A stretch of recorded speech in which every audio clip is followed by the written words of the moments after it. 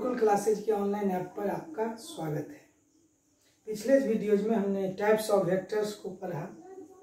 Vector की जो दुनिया है, वेक्टर का जो टोटल कैलकुलेशन है वह मैथमेटिकल अलजेब्रा से अलग होता है, मैथ के गुण से अलग होता है।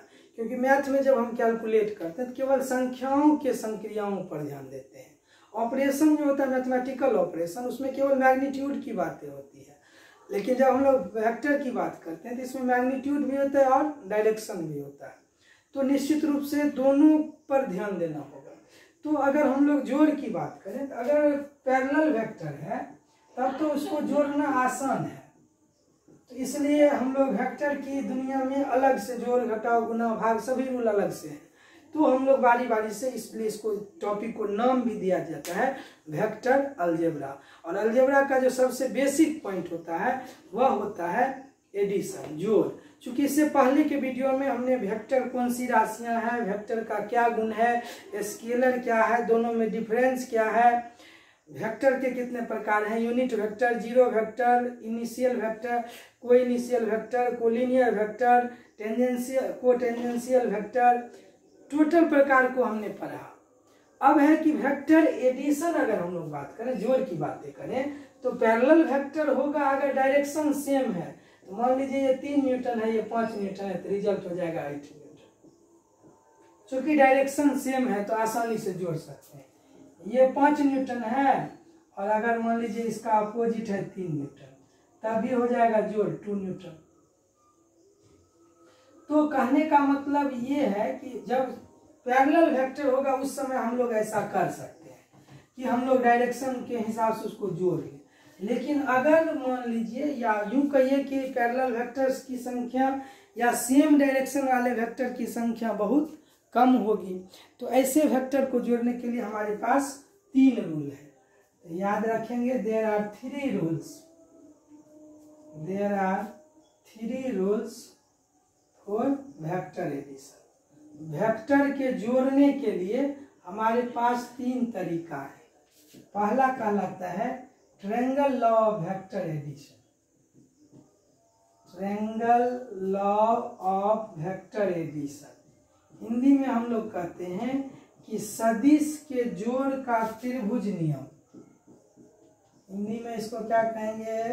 सदिश के जोड़ का या योग का त्रिभुज नियम।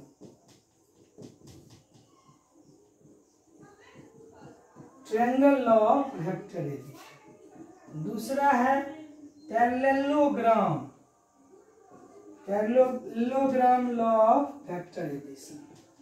वेक्टर एडिशन, वेक्टर के जोड़ का पैरेललोग्राम रूल, इसको हम लोग कहते हैं सदिशों के योग का समांतर चतुर्भुज नियम। समांतर चतुर्भुज नियम। और तीसरा रूल है polygon rule. Polygon rule of vector addition.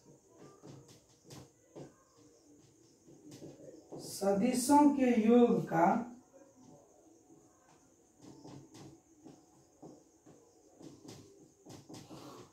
बहुभुज नियम। तो हमारे पास वेक्टर के जोड़ के 3 रूल हैं। पहला हो गया ट्रायंगल लॉ, दूसरा हो गया पैरेललोग्राम लॉ और तीसरा हो गया पॉलीगन रूल। तो सदिशों के योग का त्रिभुज नियम, सदिशों के योग का समांतर चतुर्भुज नियम और सदिशों के योग का बहुभुज नियम। पॉलीगन मतलब बहुभुज, पैरेललोग्राम मतलब समांतर चतुर्भुज और ट्रायंगल मतलब त्रिभुज।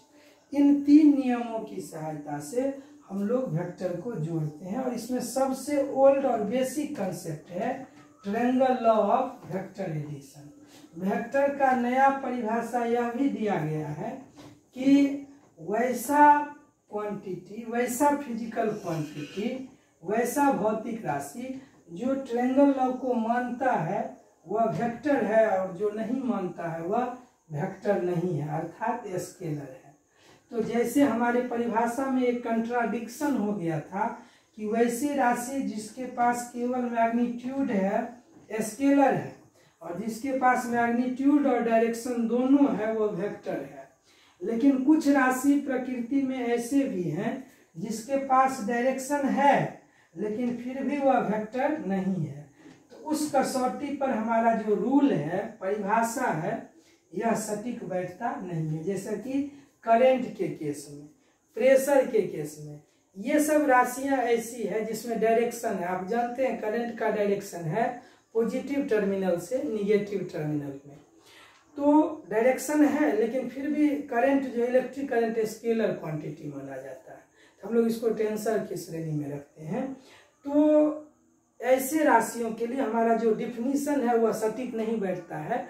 तो नया डिफिनीशन है कि the physical quantity which obey triangle law of vector addition, वैसा भौतिक राशि जो त्रिभुज नियम को माने, वेक्टर के जोड़ के त्रिभुज नियम को माने, वह वेक्टर है। और जो है इस रूल को नहीं माने, मैथमेटिकल रूल को माने, मैथमेटिकल अलजेब्रा को फॉलो करे, वह कहलाता है स्केलर। तो चलिए हम लोग पढ़ते हैं triangle law of vector addition. Triangle law of vector addition. तो triangle law of vector addition हमारा कहता है कि if two vectors represented two sides of a triangle in same order in magnitude as well as direction,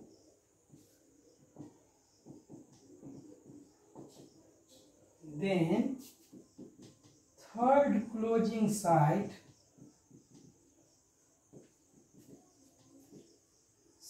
of triangle in opposite order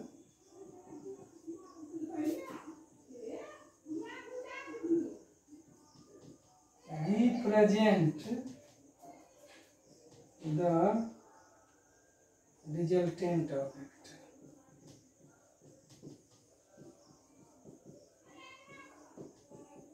अर्थात यदि दो vector किसी त्रिभुज के दो भुजाओं को रिप्रेजेंट करे सेम ऑर्डर में, सेम ऑर्डर का मतलब है कोई इनिशियल वेक्टर ना हो, सेम ऑर्डर में मैग्नीट्यूड से भी और डायरेक्शन से भी रिप्रेजेंट करे, तो उसका जो तीसरा क्लोजिंग साइड होगा वह रिप्रेजेंट करेगा रिजल्टेंट को, लेकिन ऑर्डर जो होगा वह अपोजिट होगा। अर्थात दो वेक्टर, अगर मान लीजिए दो वेक्टर ये है, ऑर्डर सेम होना चाहिए, ये ऑर्डर सेम होना चाहिए। अगर सेम ऑर्डर में है, जैसे देखिए सेम ऑर्डर, तो सबसे पहले ये रूल कहता है कि अगर सेम ऑर्डर में है, अर्थात एक का टर्मिनल पॉइंट दूसरे के इनिशियल पॉइंट से मैच कर रहा है, मतलब एक का हेड और एक का टेल मैच कर रहा है, इसलिए इसको हेड टेल रूल भी कहा जाता है। हेड टेल रूल मतलब ये कि एक वेक्टर का हेड जो है वो दूसरे वेक्टर के टेल को मैच कर रहा हो, तभी ट्रायंगल लॉ लगेगा, नहीं तो ट्रायंगल लॉ नहीं लगेगा। तो कहने का मतलब है कि ट्रायंगल लॉ का सबसे, इसीलिए इसका दूसरा नाम बहुत विद्वान लिखते हैं हेड टेल रूल, मतलब एक वेक्टर का जो हेड है दूसरे वेक्टर के टेल के पास है, मतलब एक का सिर जो है वो दूसरे के पूंछ के पास हो, तो उस समय इस त्रिभुज को बनाने वाला जो तीसरा साइड होगा वही रिजल्ट होगा। तो सबसे पहले अगर यह हेड टेल पोजीशन में दो वेक्टर है तो उस दोनों वेक्टर का मिला करके बनने वाला जो त्रिभुज का तीसरा साइड होगा वही रिजल्टेंट होगा। अब कहता है कि ये तो ऑर्डर सेम था, चूंकि ये वेक्टर रिजल्टेंट दो वेक्टर का जोड़ भी क्या होगा, वेक्टर ही होगा, तो अब इसका डायरेक्शन भी होगा, तो कहता है डायरेक्शन अपोजिट होगा। जैसे आप देखिए इधर डायरेक्शन है, इधर डायरेक्शन है, तो अब डायरेक्शन होना चाहिए ऊपर, लेकिन हमारा ट्रायंगल लॉ कहता है कि इसका डायरेक्शन का रिजल्ट होगा, मतलब अगर यह ए वेक्टर है और यह बी वेक्टर है तो यह इसका रिजल्टेंट होगा आर वेक्टर। मतलब vector A plus vector B is equal to vector R. इसी प्रकार अगर मान लीजिए इसका ऑर्डर देखिए, यहाँ पर पी वेक्टर है, ये क्यू वेक्टर है और ये आर वेक्टर मान लीजिए होगा, तो हम इसको डायरेक्शन इधर है तो अब इसको जाना चाहिए ऊपर, तो इसका डायरेक्शन होगा नीचे। तो यहाँ पर हो जाएगा vector P plus vector Q is equal to vector R. तो यही बात हमको कहता है ट्रायंगल लॉ। वेक्टर का जो ट्रायंगल लॉ है यह कहता है कि अगर दो साइड को कोई दो वेक्टर रिप्रेजेंट कर रहा हो सेम ऑर्डर में, हेड टू टेल पोजीशन में, तो उसका जो रिजल्टेंट होगा वह अपोजिट ऑर्डर में होगा, जैसा कि चित्र में दर्शाया गया है। अब एक बार इसके तहत हम लोग ट्रायंगल लॉ के रिजल्ट के साथ साथ एक बार जो पिछले वीडियो में हम लोग डायरेक्शन का ज्ञान लिए थे, तो एक बार आप क्या करेंगे, इसका डायरेक्शन लिखेंगे। जैसे ये नीचे है तो नीचे हम लोग क्या लिए थे, साउथ, इसका डायरेक्शन हो गया साउथ।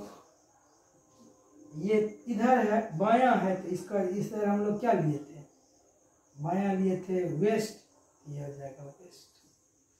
ई हो गया इधर, फिगर में याद करिए इधर, ये कौन सा डायरेक्शन है, ये डायरेक्शन है साउथ और वेस्ट, ये हो जाएगा साउथ वेस्ट।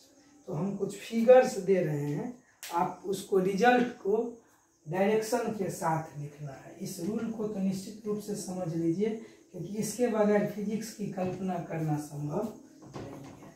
मतलब हर टॉपिक में आज के बाद आप जब तक फिजिक्स पढ़ेंगे तब तक आपको हर चैप्टर में, हर टॉपिक में ये कंसेप्ट काम आने वाला है।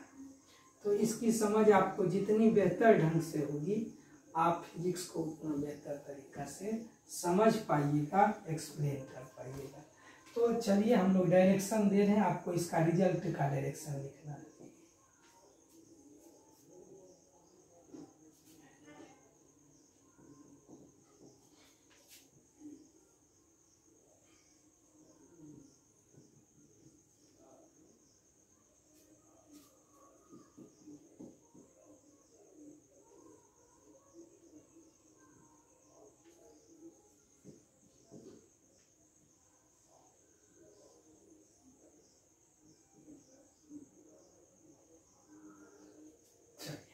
इन सब का डायरेक्शन लिखना है, रिजल्टेंट लिखना है, और कौन किस डायरेक्शन में है वो लिखना है। जैसे ये ए है, ये बी है, आपको आर लिखना है। ए है, ये बी है,